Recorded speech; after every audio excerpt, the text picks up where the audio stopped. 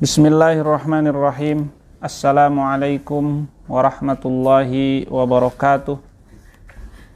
Alhamdulillahilladzi arsala rasulahu bil huda wa dinil haqqi liyudhhirahu 'alad dini kullih walau karihal musyrikun. Asyhadu an la ilaha illallah wahdahu la syarikalah wa asyhadu anna sayyidana wa nabiyyana wa qaidana wa habibana wa qurrata a'yunina Muhammadan abduhu wa rasuluhu la nabiyya ba'dah. Allahumma salli alaihi wa ala alihi wa sahbihi wa man sara ala nahjihi wa istanna bisunnatihi wa da'a bida'watihi ila yaumil qiyamah. Amma ba'du, fatibtum wa taba mamsyakum wa tabawwa'tum minal jannati manzilah. Masyarul muslimin wal muslimat, subuh ini adalah kajian ke-53 atau majlis ke-53 dalam serial kajian akidah yang setiap subuh secara umum kita lakukan, kecuali ketika ada gangguan yang lebih penting seperti kemarin saya tidak bisa mengisi pengajian. Di majlis ke-53 ada satu tema yang terlewat ya, dan yaitu tentang bukti kenabian Rasulullah SAW, yaitu buktinya pertolongan Allah Subhanahu wa taala. Dalam bahasa Arab disebut dengan at-ta'yid al-ilahi. Jadi bantuan Allah Subhanahu wa taala dalam berbagai momentum ya kepada Rasulullah SAW itu sebagai bukti bahwa beliau adalah utusan Allah Subhanahu wa taala. Kenapa demikian? Karena misalnya kita ambil satu contoh. Kalau Indonesia mengirim dutanya ke satu negara atau utusannya atau delegasinya ke satu negara, kemudian ya di tengah perjalanan atau di masa menyelesaikan misi dan tugas negara, tiba-tiba ada pihak-pihak yang mengganggu, pihak-pihak yang menghalangi, ya, pihak-pihak yang menghadang terhadap tim tersebut.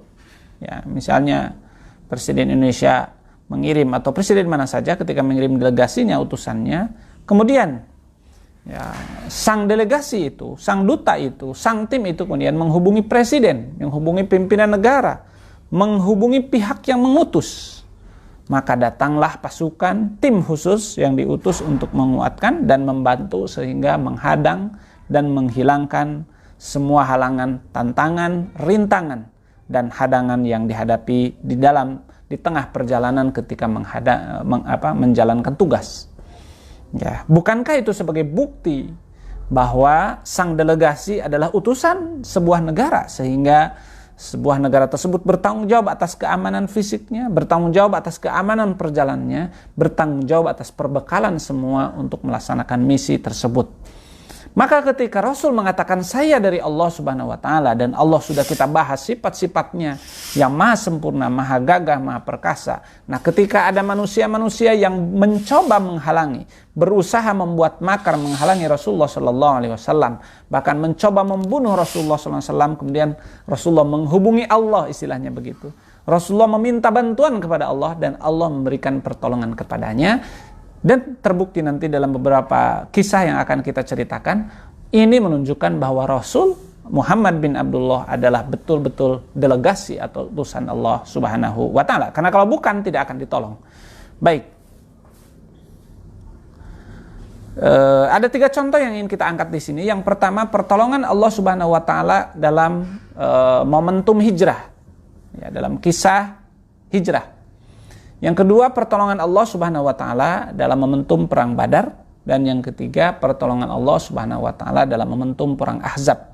Dan banyak lagi sebetulnya, cuma kita sebagai perwakilan saja, sebagai sebagian saja. Dan ketika nanti ada pertolongan-pertolongan lain kepada Rasulullah, itu sebagai bukti bahwa Allah Subhanahu wa taala membantu utusannya dan menunjukkan Rasulullah adalah utusan Allah Subhanahu wa taala. Hal ini Allah abadikan. Misalnya tentang hijrah, kita tahu kisah hijrah bahwa setelah orang-orang Mekah putus asa dengan berbagai cara untuk menghentikan dakwah Rasulullah SAW, misi Rasulullah SAW, Islamisasi Rasulullah yang dibawa oleh Rasulullah SAW, ya, di lobi, di berbagai cara disiksa para pengikutnya, tapi tidak membuat Rasulullah berhenti dan tidak membuat kapok para pengikut Rasulullah SAW semakin hari semakin banyak. Maka pertemuan terakhir yang kita tahu ya rapat yang mereka lakukan di Darun Nadwah, ya sebuah pertemuan mungkin kalau sekarang seperti gedung DPR-nya, ya kita lah seperti ini dalam peradaban jahiliyah, dalam kehidupan jahiliyah. Darun Nadwah adalah tempat pertemuan tokoh-tokoh mereka ketika memutuskan masalah-masalah, dan terjadilah rapat. Ada yang mengusulkan Rasulullah SAW dibuang ya, dalam rapat itu. Kemudian kata yang lain, kalau Muhammad dibuang, nanti dia akan mengislamkan dan akan berdakwah terhadap orang-orang yang ada di tempat dia dibuang. Dan satu saat dia akan banyak, dan sudah banyak bisa jadi berdakwah lagi ke sini dan menjadi istilahnya akan menjadi besar. Maka kita tidak akan pilih dibuang. Ya. Di penjara. Ya, Muhammad kalau di penjara dia punya lisan yang mereka tidak ada lagi alasan kecuali lisan yang menyihir, lisan yang bisa menarik laksana magnet kuat, bisa menarik siapa saja yang mendengarnya. Bisa jadi para penjaga penjaranya nanti lama-lama akan ikutnya. Ya, maka datanglah ya iblis terlaknat ya dalam kisah, dalam sejarah ya. Kemudian dia menyerupai seorang kakek-kakek dan dia memberikan usulan ya. Usulannya adalah Muhammad bunuh saja. Oh, sontak mereka tidak mungkin Muhammad dibunuh, karena dalam kebiasaan mereka, dalam budaya mereka, kalau ada satu kabilah yang dibunuh maka akan terjadi as-sa'ru, balas dendam. Si kabilah misalnya Nabi Muhammad dari Banu Hashim itu akan balas dendam kepada kabilah yang membunuhnya. Oh, kata iblis gampang ya, jadi iblis itu cerdas dalam melakukan kejahatan. Kata iblis gampang, yang membunuh Muhammad ini harus dari setiap kabilah, termasuk dari kabilah Muhammad, sehingga nanti ketika kabilah Muhammad mau balas dendamnya tidak bisa, karena yang melakukannya adalah seluruh kabilah termasuk kabilah mereka. Maka diputuskanlah atas usulan iblis terlaknat yang jahat ini, dengan makar yang sangat jahat ini, diputuskanlah akan dilakukan pembunuhan. Dipilih dari seluruh kabilah satu anak muda yang mewakili, anak muda yang kuat fisiknya, yang pemberani, yang akan mengepung rumah Rasulullah dan membunuh Rasulullah sallallahu alaihi wasallam. La'anahumullah. Allah Subhanahu wa taala mengabadikan kisah ini dalam surah Al-Anfal ayat 30. A'udzubillahi minasyaitonir rajim. Bismillahirrahmanirrahim. Wa idh yamkuru bikal ladzina kafaru liyuthbituka aw yaqtuluka aw yukhrijuk wa yamkuruna wa yamkurullah wallahu khairul makirin. Ya, ingatlah, ceritakanlah ketika orang-orang kafir Quraisy mereka membuat makar, membuat persekongkolan, membuat rencana jahat kepada engkau Muhammad untuk membunuh engkau, untuk mengusir engkau, untuk menghancurkan. Tapi ingat, wayamkuruna wayamkurullah. Mereka membuat makar, Allah pun membalas makar mereka. Wallahu khairul makirin, dan Allah sebaik-baik yang membuat makar. Ya. Maka Allah Subhanahu wa taala memberitahu kepada Rasulullah sallallahu alaihi wasallam ya, agar segera hijrah. Ya, dan segera pergi meninggalkan kota Makkah. Rumah Rasulullah SAW sudah dikepung sejak malam oleh anak-anak muda dari seluruh kabilah Quraisy. Tapi Allah Subhanahu wa taala, disinilah pertolongan Allah sebagai bukti kenabian Rasulullah SAW. Allah berfirman dalam surah Yasin ayat 9, "Wa ja'alna min baini aydihim saddan wa min khalfihim sadda fa'aghshaynahum fahum la yubsirun." Padahal Nabi Muhammad kalau tidak salah keluarnya di siang hari menjelang waktu zuhur ya kalau tidak salah, karena beliau mengajak Abu Bakar dan sebagainya.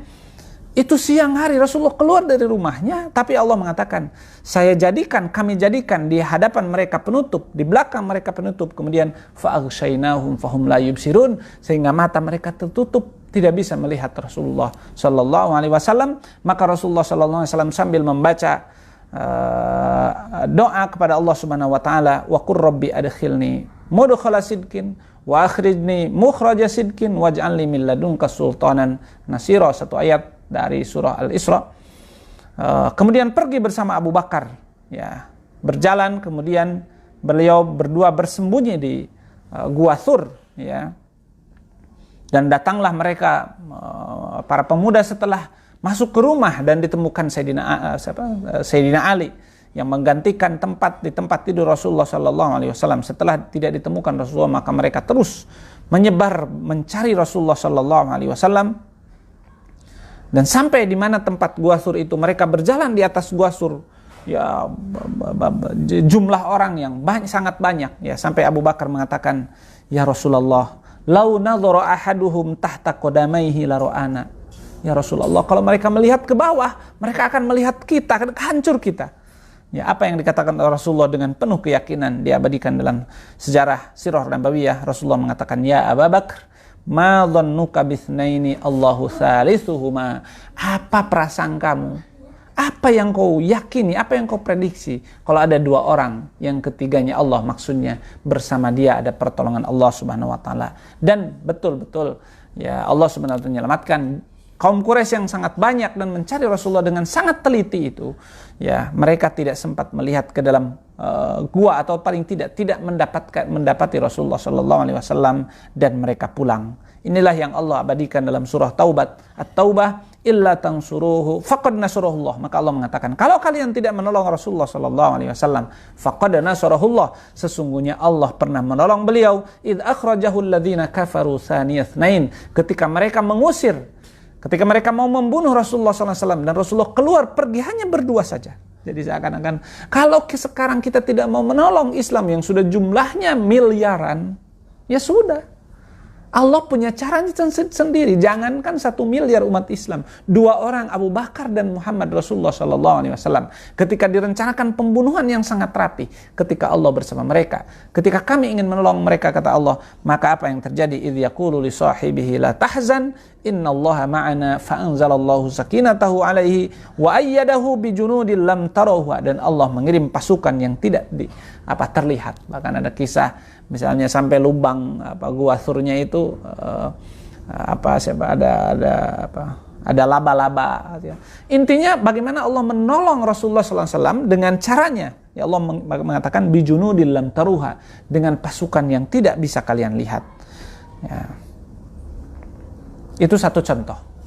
Ya, bahwa bukti ketika Rasulullah dihadang mau dibunuh, ya, maka Allah menurunkan pertolongannya. Maka Rasulullah meninggal ya setelah misinya selesai, tidak pernah terhalang dan tidak pernah terbunuh. Padahal kekuatan-kekuatan saat itu sangat ingin menghabisi Rasulullah sallallahu alaihi wasallam. Wallahu ya'simuka minan nas, kata Allah, dan Allah yang akan menjagamu Muhammad dari manusia. Maka setelah turun ayat itu, Rasulullah tidak pernah ada yang jaga. Rasulullah tidur sendiri, tapi Rasulullah diselamatkan dan dijaga oleh Allah Subhanahu wa taala. Itu yang pertama. Yang kedua, pertolongan Allah pada perang Badar. Ya, sudah sangat terkenal perang Badar adalah peperangan yang sangat tidak seimbang. Ya, umat Islam hanya berjumlah 300-an, sedangkan kaum Quraisy ya berjumlah kurang lebih 1000 orang dengan perlengkapan alat perang yang sangat lengkap. Ya. Bahkan Allah Subhanahu wa taala menggambarkan dalam surah Al-Anfal bagaimana perasaan orang mukmin saat itu ketika diajak untuk turun ke Badar. Ya, ke lembah Badar atau ke bukit Badar. Allah Subhanahu wa taala berfirman dalam surah Al-Anfal, "Kama akhrajaka rabbuka min baitika bil haqq wa inna fariqam minal mu'minina lakarihun." Ya, bahkan ada sekelompok orang mukmin yang tidak suka, tidak enak, tapi Rasulullah sallallahu alaihi wasallam tidak nyaman karena melihat jumlah pasukan yang tidak seimbang. Tapi Rasulullah SAW sudah diperintahkan oleh Allah Subhanahu wa taala, kata Rasulullah, "Siru fa abshiru fa innallaha wa'adani ihdat ta'ifatain." Berjalanlah terus karena Allah sudah menjanjikan. Kemudian apa? Ka'annama yusaquna ilal mauti wa hum yanzurun, sampai ada merasa waktu itu mereka sedang digiring untuk mati, sedang antri untuk mati. Ya, saking tidak seimbangnya pasukan sampai sebagian orang mukmin merasa kita ini sedang digiring ke lembah untuk mati satu persatu. Ya, sedang antri ya untuk mati. Tapi apa yang terjadi? Allah Subhanahu wa taala menolong mereka. Bahkan di tengah-tengah kecemasan itu, di surah Al-Anfal ayat 11 Allah mengatakan idh yughashshikumun nu'asa amanatan min. Allah memberikan rasa ngantuk dan mereka tertidur. Bayangkan ketika peperangan mereka sampai ngantuk tertidur padahal harus. Jadi bagaimana Allah ketika orang sedang cemas, sedang takut, kemudian ditidurkan matanya sehingga bangun itu segar ya, yang asalnya lelah, pikirannya lelah, tubuhnya lelah, saraf-sarafnya tapi tertidur. Demikian Allah Subhanahu wa taala menolong mereka sehingga ketika mereka sudah yang asalnya cemas tapi tertidur, maka setelah tidur mereka segar ya. Wa nunazzilu 'alaikum minas sama', Allah bahkan turunkan hujan. Ya, jadi turun hujan yang segar. Wa yudhiba 'ankum rijjas syaitan, yang asalnya ada bekas-bekas perasaan-perasaan cemas, takut dan sebagainya yang tidak seharusnya Allah hilangkan. waliyarbitu ala qulubikum wa yutsabbita bil aqdam, sehingga mereka mantap melakukan peperangan. Bukan itu saja, ya. Allah juga memberikan bantuan lain, ya, yaitu berupa orang mukmin ketika itu melihat pasukan Quraisy itu yang jumlahnya 1000 atau 3 kali lipat pasukan orang muslim, itu terlihat sedikit, ya. Jadi kalau kita perang, ketika di medan perang melihat musuhnya banyak, itu kan sudah kalah secara psikologis. Tapi ketika kita melihat musuh kita sedikit, jadi jumlah yang 1000 itu oleh Allah diperlihatkan kepada orang mukmin adalah sedikit, ya. Sehingga orang mukmin maju dengan berani. Ketika orang psikologis yang sudah beres, sudah selesai, tumbuh keberaniannya, maka inovasi keberanian, ya, maka akan muncul kemenangan. Karena sesungguhnya kemenangan itu seringkali kesuksesan terhalang oleh psikologis. Kita merasa tidak mampu, maka benar tidak mampu. Tapi kalau kita merasa mampu dan bergantung pada Allah Subhanahu wa taala, maka ketika melihat musuh sedikit, oleh Allah dinampakkan kaum musyrikin itu jumlahnya sedikit, ya. Sebaliknya Allah Subhanahu wa taala, ya, memperlihatkan kepada orang Quraisy jumlah orang mukmin itu banyak. Jadi padahal jumlah orang Quraisy itu banyak, tapi terlihat orang mukmin sedikit, tumbuh keberanian. Tapi orang mukmin yang sedikit terlihat oleh orang pasukan Quraisy saat itu banyak, sehingga cemas. Wah, lawan kita besar, lawan kita banyak. Sehingga terjadilah apa yang terjadi. Lebih dari 70 orang terbunuh, ya, dari perang Badar itu, dan lebih dari 70 orang tertawan. Padahal umat Islam hanya 300-an dengan peralatan yang sangat sederhana. Orang kafir dengan peralatan yang sangat lengkap, dengan jumlah pasukan yang sampai 1000 orang. Itulah bukti bahwa Allah Subhanahu wa taala. Bahkan Allah mengisahkan lagi dalam surah Al-Anfal ayat 9 sampai 10, ada pasukan yang Allah kirim. Bukan itu saja. Id tastaghitsuna rabbakum fastajaba lakum. Ketika kalian minta tolong kepada Allah, yaitu Rasulullah dalam doanya yang terus-menerus, maka Allah mengatakan, anni mumiddukum bi alfim minal malaika. Allah turunkan 1000. Oh, wajar. Ya, pasukan mukmin 300 ditambah malaikat 1000 jadi 1300. Wa ma ja'alahu Allahu illa busra walitatma'inna qulubukum wa man nasru illa min indillah. Maka banyak kalau kita baca kisah-kisah perang Badar secara detail, sahabat sampai ada yang melihat orang kok tiba-tiba ada yang memenggal lehernya, tiba-tiba ada yang menusuk, tiba-tiba jatuh. Ya, banyak kisah-kisah seperti itu. Padahal dia baru mau menghunuskan pedangnya, baru bertemu dan sebagainya.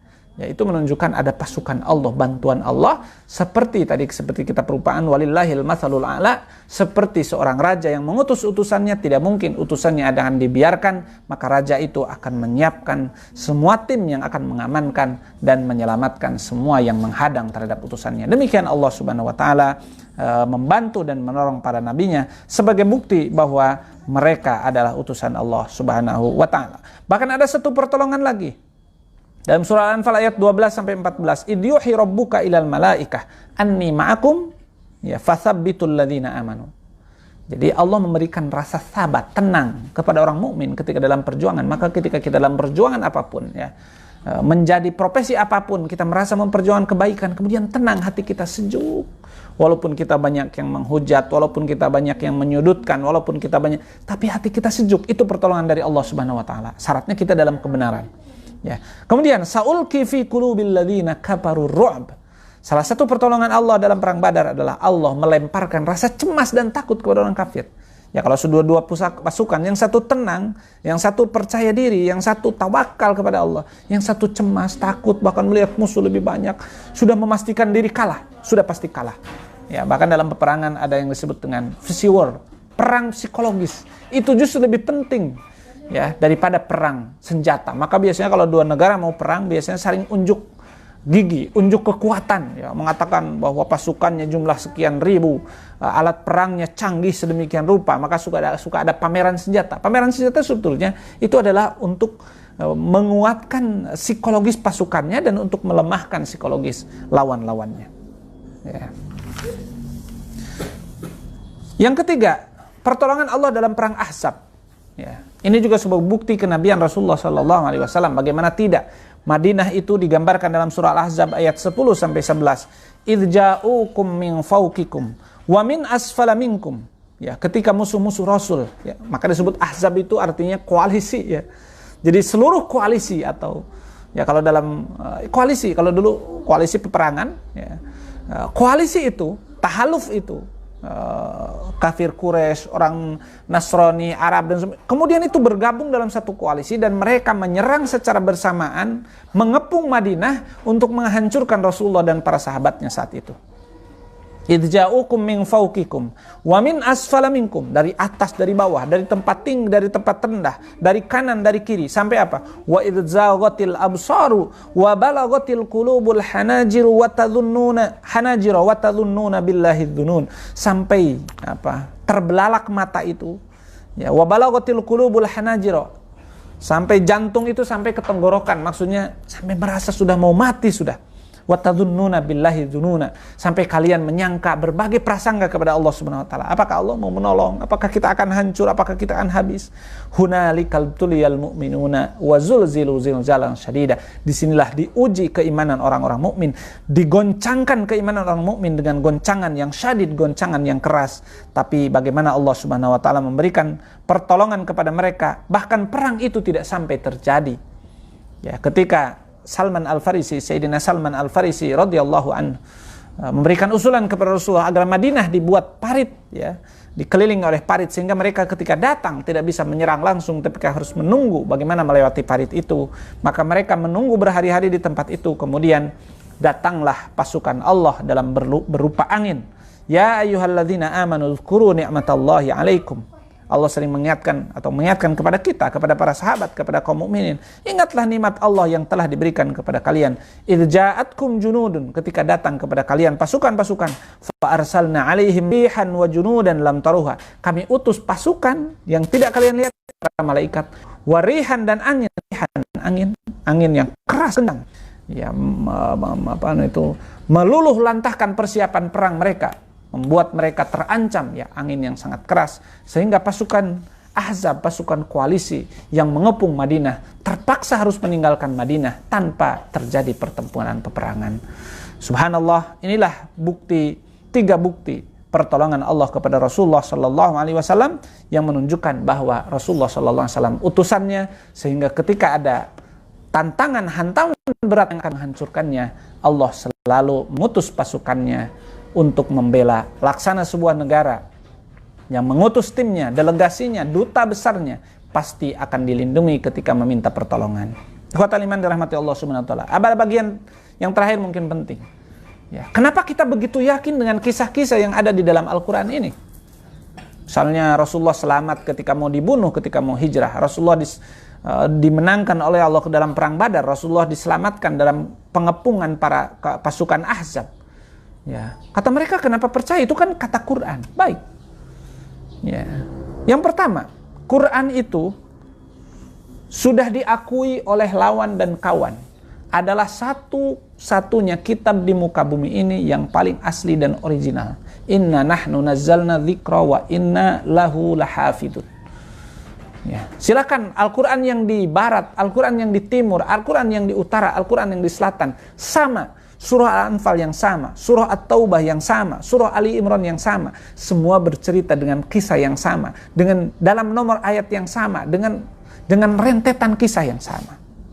Ya, bahkan saya pernah menyaksikan satu profesor dari Australia, ya, Profesor Dennis Walker mengatakan ketika dalam diskusi di Kairo dulu di tahun 2005-2006, ya, ketika terjadi dialog antar agama, yaitu dia sebagai peneliti agama, perbandingan agama dari Universitas di Australia, ya, Melbourne di Australia, dia mengatakan dalam ceramahnya setelah seorang profesor doktor dari Azhar memberikan ceramahnya tentang kebenaran Islam dan Al-Quran, dia mengatakan apa? Sepanjang saya penelitian menjadi seorang peneliti perbandingan agama, sampai titik ini saya menyimpulkan Al-Quran adalah satu-satunya kitab suci yang paling original. Ya, satu-satunya kitab suci yang paling original. Jadi artinya keaslian kitab Al-Quran tidak diragukan lagi.